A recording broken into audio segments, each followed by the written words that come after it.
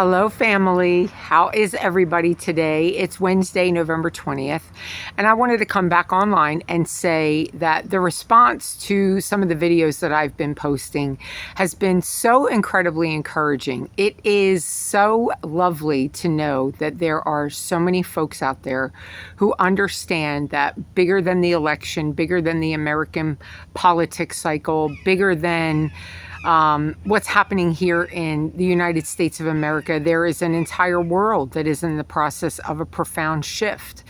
It is lovely to get these responses from all of you who say that you get it, you understand, you see the signs and symbols, you're following the patterns. It's so encouraging to know that we are out here being the light, holding up the light. So thank you. Thank you for reaching out and commenting and sharing when you agree. And for those of you, I've gotten several, not a lot. The vast majority of the responses have been incredibly, overwhelmingly in agreement with some of the things that I've shared here. But there are those of you, my brothers and sisters, who also have come back with this sense of, you can't tell me what to do. I can't be friendly or get along with people who voted for a abuser, known rapist. First of all, there's a lot more that's unseen than there is things that are seen. This is the nature of humanity.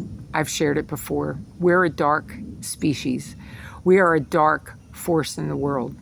The light must be intentional. It is not accidental. It is not our default setting. Darkness is our default setting. And if most of us are honest, if all of us are honest, we would have to cop to the idea that we've all done things we're not proud of. We've all done things that, if held to the scrutiny of public opinion and the sanitizing light of public opinion, we'd all be kind of embarrassed and we'd all be caught. I get all the arguments for why certain character aspects don't belong in certain political appointments and certain political positions, obviously, for a very long time. I'm a 57-year-old woman. I grew up in a country where you couldn't run for president if somebody knew you had an affair. Gary Hart comes to mind. For those of you who remember back, he was absolutely decimated because it was discovered that he'd had an extramarital affair. And he then was not even allowed to be on the ticket to run. That was the world in which I grew up. So yeah, it's really interesting to see who gets to run and who gets to win and who gets to hold public office these days. But barring all of that, going back to the predominant argument that you can't tell me what to do, which I don't believe I've ever told anybody what to do. First and foremost, I'm simply inviting people. I'm inviting people into living in a less dualistic outlook, living with a less dualistic experience. It has been my profound honor to transcend duality to a certain degree, as much as a human being in the world of form and construct can. And it's the most peaceable place I've ever lived. So I'm just seeking to share what it is I've experienced with my human family. But if you feel as though you want to hold on to all of that animus, I'm not here to take that away from you. Nobody's here to tell you you cannot do that. I'm just here to shed a light on and hold a mirror up to the fact that it's not a comfortable way to live. At the end of the day, looking at who someone voted for or what flag they fly or what hat they wear, you're missing the point. You're missing the God in their eyeballs. You're missing the divinity in their face. When we look at the masks, the accoutrement, the costumes that people put on, and believe you me, every single one of those things is a version of a costume that has very little to do with the person behind the mask.